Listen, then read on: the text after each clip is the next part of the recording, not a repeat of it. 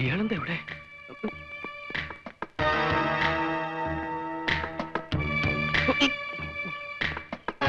എന്താടാ കാശ് കിട്ടിയോ? ഇല്ല, ഇതുവരെ കിട്ടിയില്ല. അല്ലെങ്കിലും നീ വിചാരിച്ചാൽ കിട്ടുകയില്ല. ആ ഏരിയയിൽ നിന്ന് ബിസിനസ് ഏൽപ്പിച്ചപ്പോഴേ അത് പൊട്ടി. ആ ഉണ്ണി എന്ന് പറഞ്ഞവൻ നാവിട്ടടിച്ച ആരും വീഴും. ഈ ഞാനും വീണു. പക്ഷെ കാശ് പോയത് എന്തെയാ? അവൻ വെള്ളത്തിൽ ചാടിച്ചെത്തന്നോ ഇൻഷുറൻസ് തുക കിട്ടുമെന്നോ ഒക്കെ നീ പറഞ്ഞല്ലോ. ഡെഡ് ബോഡി കിട്ടാത്തതുകൊണ്ട് ഇൻഷുറൻസ് കമ്പനി കാശ് കൊടുത്തിട്ടില്ലെന്ന അവന്റെ അച്ഛൻ കൈമൾ മാഷ് പറഞ്ഞത്. കള്ളം. അയാൾ ആ കാശ് ഒതുക്കി അവന്റെ കഴുത്തിന് പിടിച്ച കാശ് കിട്ടും. അതിലും വലുതൊക്കെ നാട്ടുകാർ ചെയ്തു കഴിഞ്ഞു. നാട് റോഡിൽ വെച്ച് ഉടുതുണി പറിച്ചു മാറ്റി, വീടിന് നേരെ കല്ലെറിഞ്ഞു.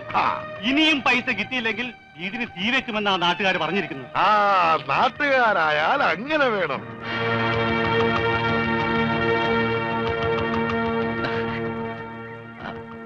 ആരാത്?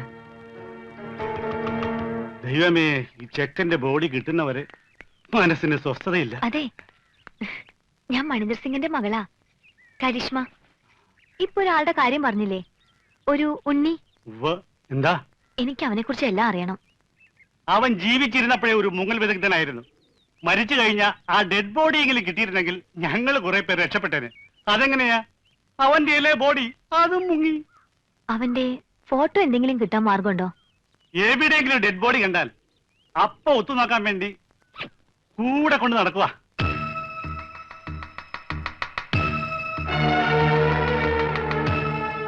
ഒരു നാട്ടിലെ മുഴുവൻ ആളുകളെയും ചതിച്ചിട്ട് വന്നവനാ. അവനെ വിശ്വസിച്ചൂടാ. അവൻ നമ്മളോട് പറഞ്ഞതും പച്ച കള്ളമാ. അവൻ ഗംഗാധരന്റെ ആരുമല്ല. അവന്റെ അച്ഛനൊരു സ്കൂൾ മാഷാ. ആ മനുഷ്യനെ പോലും ഇവൻ വെറുതെ വിട്ടിട്ടില്ല. ഇവൻ കാരണം നരകിക്കുക ആ അച്ഛനും കുടുംബവുമെല്ലാം.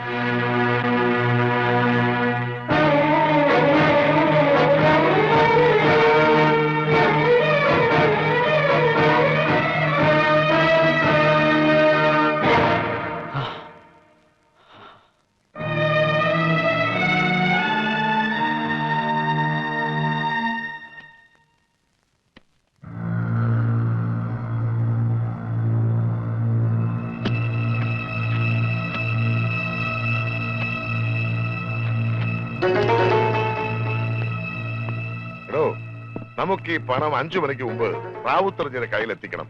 ഇല്ലെങ്കിൽ നാളെ നമ്മുടെ ട്രാവൽസിലോടുന്ന വണ്ടികൾക്കൊന്നും പെർമിറ്റ് ഉണ്ടാവില്ല. അല്ല, ഞാനിത് ആരോടാ പറയണേ?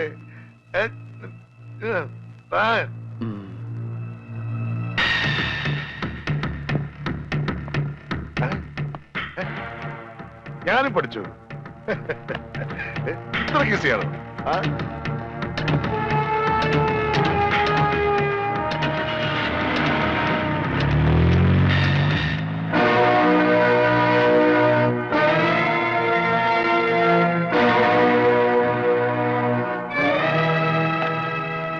എന്താ ഭയ്യ? ചാച്ചാജി ഇതുവരെ എത്തിയില്ല.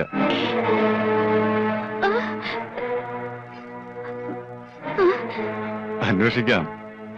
നിങ്ങൾ പേടിക്കൊന്നും വേണ്ട, ചാച്ചാജി വരും.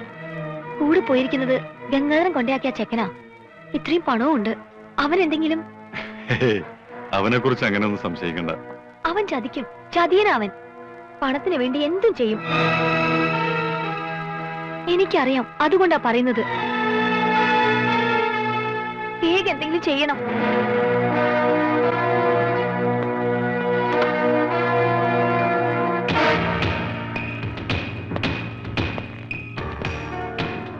അവൻ ഇവിടെ വന്നിട്ട് എത്ര നാളായി? 2-3 മാസമായി കാണും.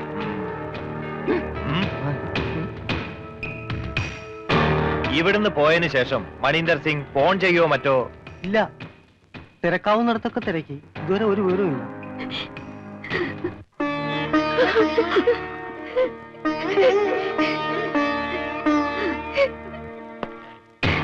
സാർ, സ്റ്റേഷനിൽ നിന്നോ? Hello, speaking. അവനെ കിട്ടി. എത്ര ചോദിച്ചിട്ടും അവനൊന്നും പറഞ്ഞിട്ടില്ല.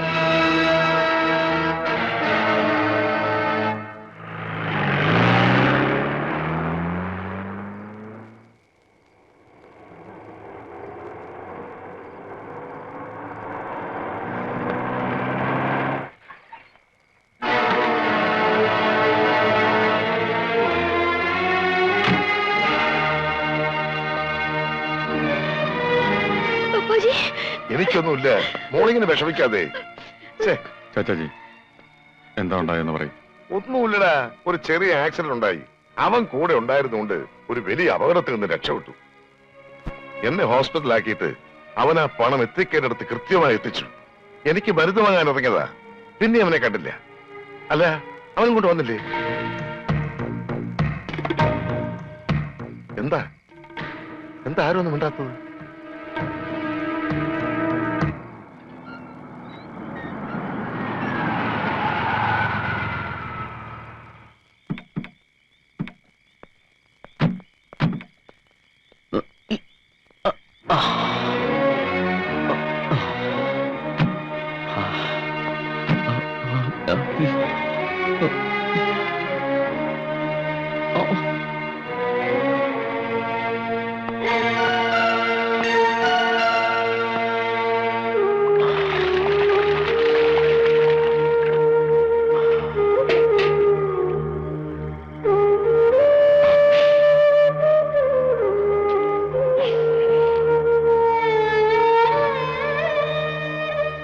അത് കാണാതായപ്പോ ഞങ്ങള് വിചാരിച്ചു കട്ടിട്ട് പോയി കളഞ്ഞു എന്നല്ലേ.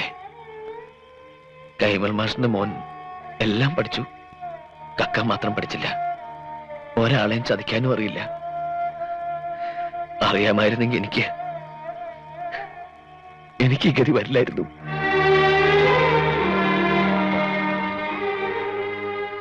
എന്റെ വീടിന് എല്ലാവരും ചേർന്ന് തീ വെക്കും മുമ്പ് എനിക്ക് അവിടെ എത്തിയേ പറ്റൂ.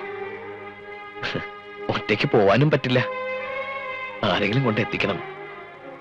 ജീവനോടെ ഞാനോടെ ചെന്നിട്ടൊരു കാര്യമില്ലേ.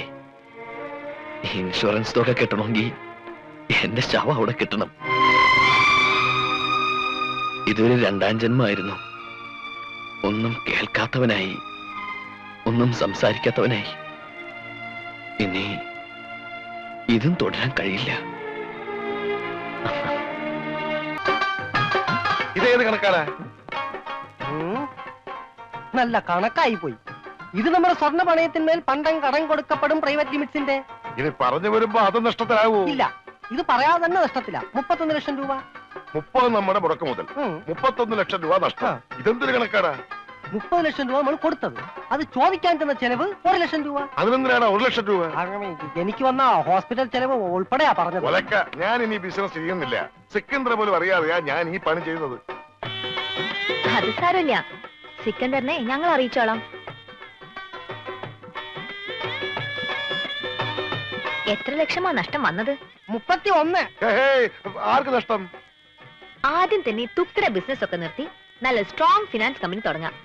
ദേ, അതിന്റെ മുന്നോടിയായി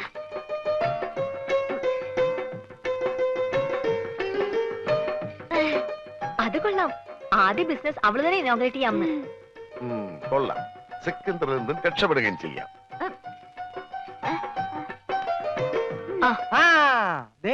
നാളെ 7:30 മണിക്ക് ഉദ്ഘാടനമെന്നാ പറഞ്ഞത്. പോടോ, നാളെ 7.5 ലക്ഷം രൂപ അവൾക്ക് കൊടുക്കണം. കസ്റ്റമർക്ക് അവള് കൊടുത്തോളും.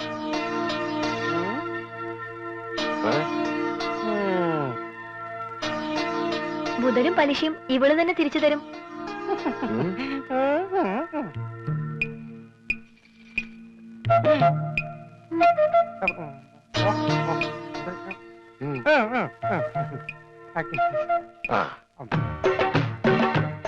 കൊള്ളാം.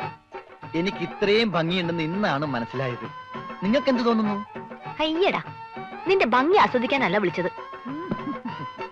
നീ ആ കണ്ണാടിന്റെ മുന്നിൽ നിന്ന് മാറി നിന്നേ. പെട്ടി താഴെ വെക്കടാ. വെച്ചു. പറഞ്ഞത് വല്ലതും മനസ്സിലായോ? മനസ്സിലായി. എന്ത്? പെട്ടി താഴെ വെക്കാനല്ലേ? ഊരിയിട്ട് വെച്ചിരും ഞാൻ. എടാ, ഇത് നിസ്സാര കാര്യല്ല, വളരെ ഉത്തരവാദിത്തത്തോടും ബുദ്ധിയോടും ചെയ്യേണ്ട കാര്യ. എന്ത്? ഈ പെട്ടി താഴെ വെക്കണതാ? നീ എന്തൊക്കെയാ ചെയ്യാൻ പോണതെന്ന് ഒന്ന് പറഞ്ഞേ. ആദ്യം ഞാൻ കൈപ്പാങ്കുറ്റി ബസ്സിൽ കയറി 7 രൂപ 50 പൈസ ടിക്കറ്റ് എടുക്കും. എന്നിട്ട് ബാക്കി വാങ്ങും. എന്നിട്ട് ഞാൻ കൈപ്പാങ്കുറ്റി സ്റ്റോപ്പിൽ ഇറങ്ങി മൈക്കിൾ മാഷിന്റെ വീട് ഏതാന്ന് ചോദിക്കും. മൈക്കിളല്ല, കൈമൾ മാഷ്. ആ, കൈമൾ മാഷ്. ബാക്കി ഞാൻ. അതെന്താ? അതൊക്കെ ഞാൻ കള്ളാസിൽ എഴുതി പോക്കറ്റിൽ വെച്ചിട്ടുണ്ട്. കൈമൾ മാഷിന്റെ മകന്റെ പേരെന്താ? കൈമൾ മാഷ? മകന്റെ പേര്? ആ, മരിച്ചുപോയ ഉണ്ണി. മരിച്ചു പോയിന്ന് എടുത്തു പറയണ്ട, ഉണ്ണിന്ന് പറഞ്ഞാ മതി. മതി. അപ്പൊ നീ ആരാ? രമണൻ. സോറി, മരിച്ചുപോയ ഉണ്ണിയുടെ ക്ലോസ് ആയ ഫ്രണ്ട്. Close friend? ആ, അത് തന്നെ. അല്ല, ഒരു സംശയം ചോദിച്ചട്ടെ, ആരായി ഉണ്ണി? ഈ ഉണ്ണിയെ കണ്ട എങ്ങനെ ഇരിക്കും? അല്ല, പോണ വഴിക്ക് എങ്ങാനും കണ്ടുകഴിഞ്ഞാ പിന്നെ അവിടം വരെ പോവാതെ അഡ്ജസ്റ്റ് ചെയ്തിട്ട് ഓ, നിനക്കൊന്ന് പോവാൻ പറ്റുമോ? അല്ല, വേറൊരു സംശയം. ഞാൻ തന്നെ പോണോ?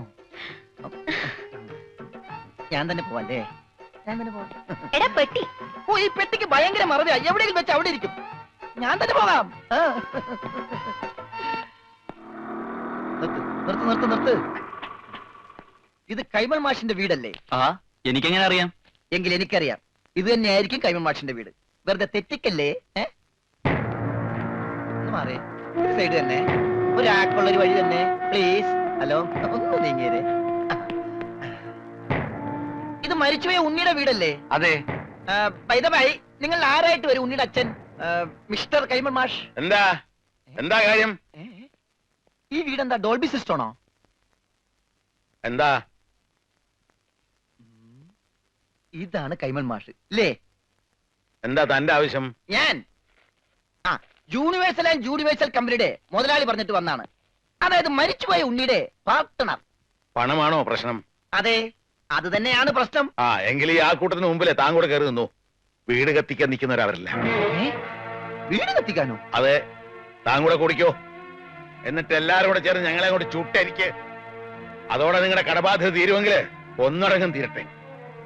ഉള്ള കാര്യം പറയാമല്ലോ, എന്റെ നീ ഒരു 10 പൈസ അവിടെ എടുക്കാനില്ല. ആത്മഹത്യ ചെയ്യാനുള്ള തന്റെ ഇടവും ഞങ്ങൾക്കില്ല. കത്തിച്ചു, ഞങ്ങൾക്കതൊരു പരിഹാരമാകും. ഇങ്ങോട്ട് ആണടാ, രാവിലെ പെട്ടി നോക്കി വന്നിരിക്കുന്നു പണം വാങ്ങിക്കാൻ. എടാ, നിന്നെ പോലെ തന്നെ പണം വാങ്ങാൻ വന്നവരാണ് ഞങ്ങളും. അയ്യോ, ഞാൻ പണം വാങ്ങാൻ വന്നതല്ല, കൊടുക്കാൻ വന്നതാ. ഈ പെട്ടി ഉൾപ്പെടെ. എന്താ പറഞ്ഞേ? പണം കൊടുക്കാൻ വന്നതാണെന്ന്. ആർക്ക്? കൈമൾ മാഷിന്. ഞാൻ മലയാളത്തിലല്ലേ ആദ്യം നിങ്ങളോട് പറഞ്ഞത്? യൂണിവേഴ്സൽ കമ്പനി പൊട്ടിപ്പൊളിഞ്ഞ് പാലിഷ് ആയെങ്കിലും ഇപ്പൊ അത് ലാഭത്തിലാണ്. ആ കമ്പനിയുടെ ലാഭവിഹിതമാണ് ഈ പെട്ടിയില്. അന്നാ തുറക്കടാ പട്ടി ഈ പെട്ടി.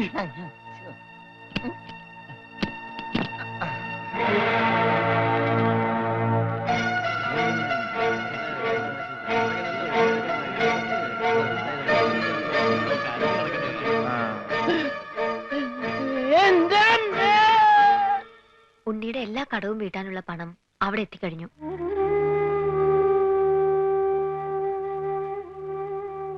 ഒരു കുടുംബത്തിന്റെ മുഴുവൻ ജീവനും മാനവും രക്ഷിച്ചത് എല്ലാവരുടെയും പ്രാർത്ഥന ഉണ്ടാവും.